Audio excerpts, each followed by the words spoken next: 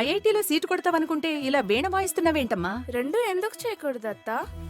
నువ్వు డాక్టర్ అవుతావు అనుకుంటే ఈ బాస్కెట్ బాల్ గోలేంట్రా? టెన్షన్ పడకు మాయా, రెండు చూసుకుందాం. అలా ఎలా కుదురుతుంది? రెసిడెన్స్ స్కూల్స్ తో మంచి చదువుతో పాటు ఆల్ రౌండ్ డెవలప్మెంట్ ఇప్పుడు సాధ్యమే. రైట్ ఏజ్ లో రైట్ ఫౌండేషన్ తో రెసిడెన్స్ స్కూల్స్ ఇప్పుడు హైదరాబాద్ అంతటా.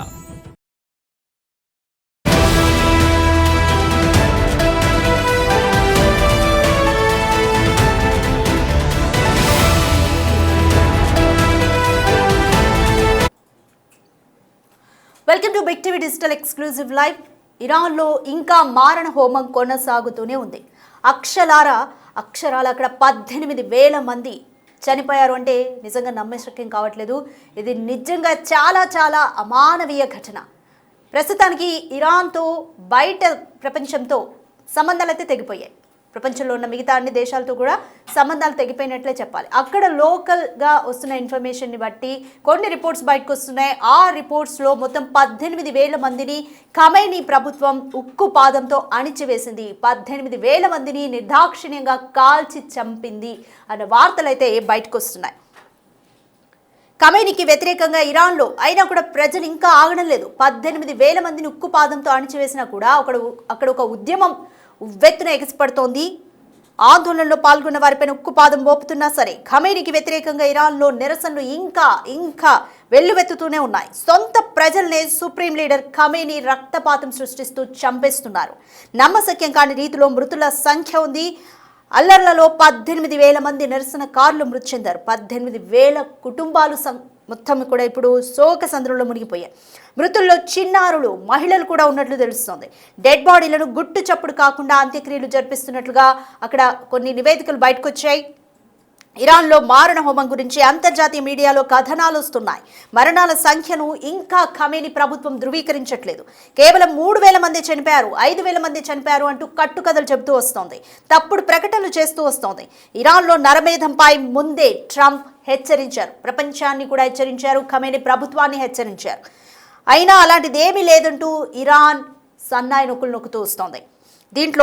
దీంతో ఇరాన్లో ఇంకా పాలన మార్పు జరిగి తీరాల్సిందేనంటూ ట్రంప్ తాజాగా ప్రకటించారు.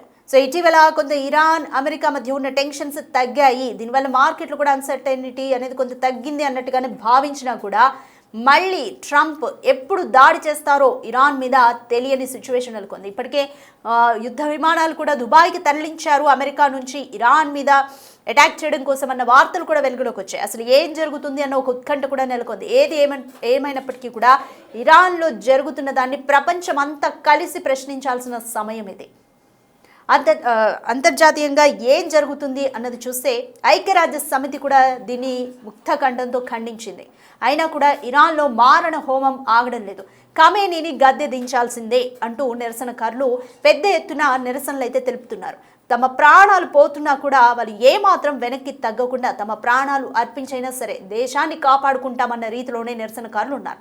సో అసలు కారణం ఏంటి అనేది అందరికీ తెలుసు. తీవ్రంగా పెరిగిపోయిన ఆర్థిక సంక్షోభమే ఇరాన్లో ఇప్పుడు ఉన్న సిచ్యువేషన్కి, ఇప్పుడున్న పరిస్థితులకి ప్రధాన కారణం. తీవ్రంగా ఆర్థిక సంక్షోభం పెరిగిపోయింది. తీవ్రంగా ధరలు, నిత్యావసర వస్తువుల ధరలు పెరిగిపోయాయి. అక్కడి ప్రజలు భరించలేకపోయారు. రోడ్డు మీదకి వచ్చి గత నెల నుంచి కొనసాగుతుంది ఈ సిచ్యువేషన్స్ అన్ని కూడా గత నెల నుంచే స్టార్ట్ అయ్యాయి. గత నెల నుంచే అందరూ కూడా రోడ్ల మీదకి వచ్చి తమ నిరసనను తెలపడం స్టార్ట్ చేశారు. ఖమైనీ ప్రభుత్వాన్ని తీవ్రంగా వ్యతిరేకిస్తున్నారు. అమెరికా ఇరాన్కు అండగా నిలిచింది. ఇరాన్లోని నిరసనకారులకు అండగా నిలుస్తుంది, హామీ ఇస్తుంది. బట్ ఇప్పటి వరకు అయితే యుద్ధం ఎప్పుడు చేస్తుందా అనేది అయితే తెలియట్లేదు. అమెరికా ఖమైనీని అణిచివేయాలని చూస్తుందా? ఇరాన్పై విరుచుకుపడి ఖమైనీ ప్రభుత్వాన్ని అణిచివేయడంలో అమెరికా మొత్తం ఇదే తన హస్తంలోకి తీసుకుంటుందా? ఏం జరుగుతుంది అన్న ఉత్కంఠ అయితే ఒకటైతే కొనసాగుతుంది. ఒకసారి అక్కడ అసలు ఇరాన్లో సిచ్యువేషన్స్ ఏ విధంగా ఉన్నాయి, అల్లర్లు ఏ విధంగా కొనసాగుతున్నాయి, అక్కడ ప్రజలు ఎలా ఉన్నారు ఒకసారి విజువల్స్లో చూద్దాం.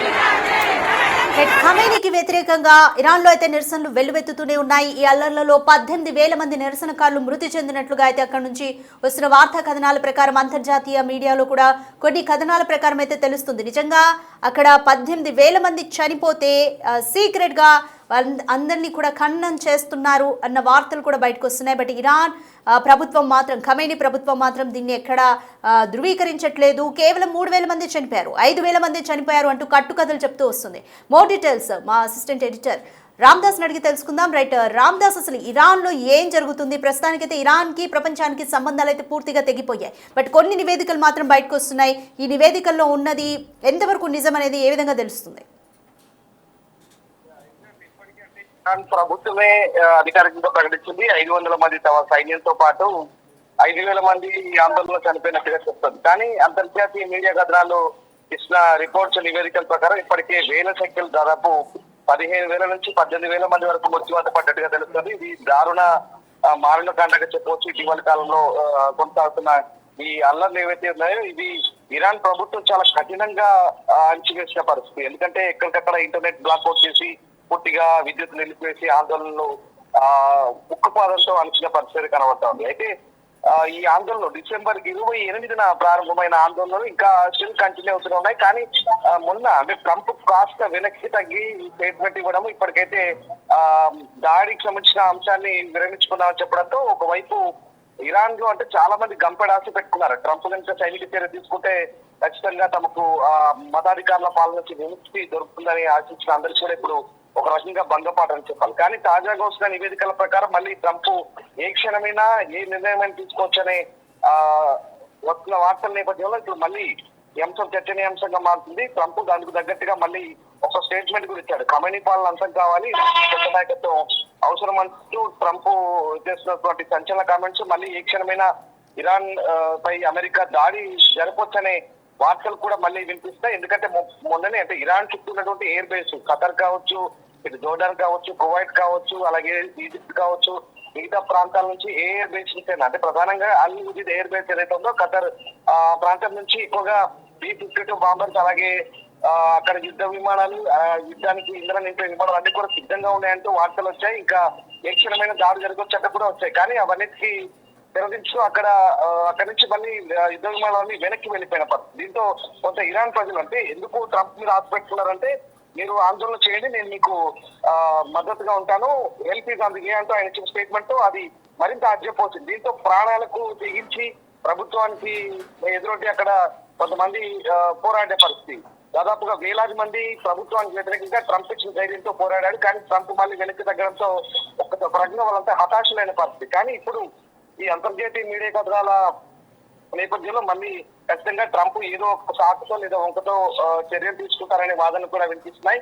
ఏదేమైనా ఇరాన్ పై చర్యలు తీసుకునే నేపథ్యంలో మరోవైపు ఇరాన్ కూడా గట్టి హెచ్చరికలు ఇచ్చింది. అటు ఇజ్రాయెల్ పై అమెరికా ఎయిర్బేస్లపై దాడి చేస్తామంటూ వచ్చిన వార్తల నేపథ్యంలో మరి యుద్ధాన్ని అయితే తాము కోరుకోవడం లేదు, కానీ ఖచ్చితంగా తమపై దాడి చేసి ఊరుకోమంటూ అటు ఇరాన్ వైపు నుంచి వస్తున్న హెచ్చరికల నేపథ్యంలో ప్రస్తుతానికైతే మరి ఇరాన్ పై మళ్ళీ అమెరికా దాడికి పూనుకోబోతున్నా, ఏం జరగబోతుందని మాత్రం ఆసక్తికరంగా మారుతుంది.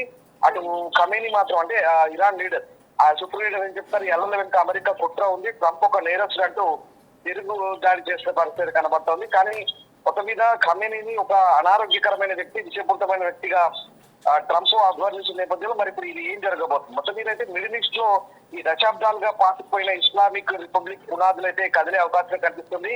ఎందుకంటే అయతుల్లా అలీ ఖమేనీ నేతృత్వంలోని ఈ 37 ఏళ్ల పాలనకు సంబంధించి ముగింపు పలకాల్సిన అవసరం ఆచరణమైందంటూ అధ్యక్షుడు ట్రంప్ సంచలనం పిలుపునిచ్చారు. దీంతో ఇరాన్ లో కొనసాగుతున్నటువంటి అల్లర్లు, వేలాది మంది నిరసనకారుల మరణాల నేపథ్యంలో ట్రంప్ వ్యాఖ్యలు ఇప్పుడు అంతర్జాతీయ రాజకీయాల్లో పేరు దుమారమే రేపుతున్నాయి.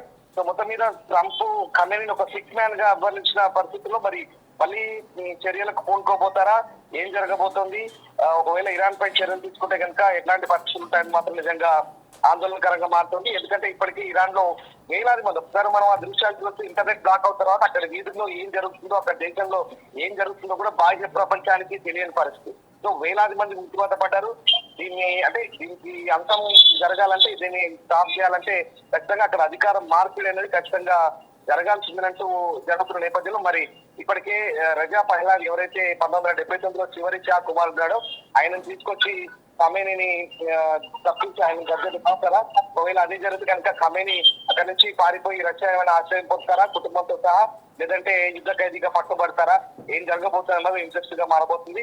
ఏదేమైనా పరిస్థితులు చల్లారాయి అనుకుంటున్న తరుణంలో మళ్ళీ ట్రంప్ ఇచ్చిన స్టేట్మెంట్ ఇప్పుడైతే అగ్నికి ఆజ్యం పోసినట్టు అవుతుంది. చూడాలి మరి, అంటే అమెరికా చర్య తీసుకుంటుందా, లేదంటే ఇలాగే సైలెంట్ గా ఉంటుందా, పరిస్థితులు చక్కబడతాయా, లేదంటే ఇరాన్ లో మళ్ళీ ఈ దిక్కు రాసుకుంటుందా అనేది ఇంకా వేచి చూడాలి.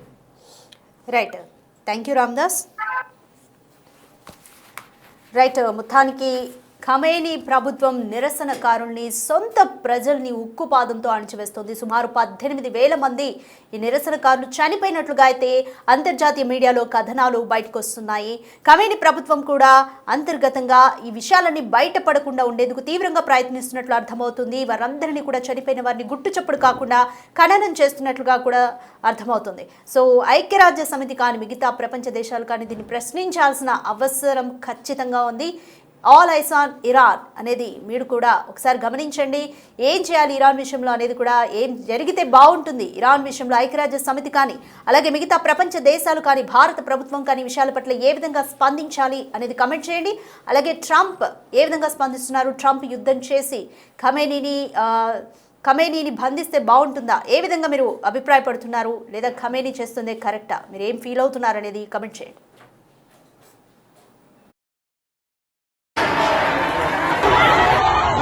God,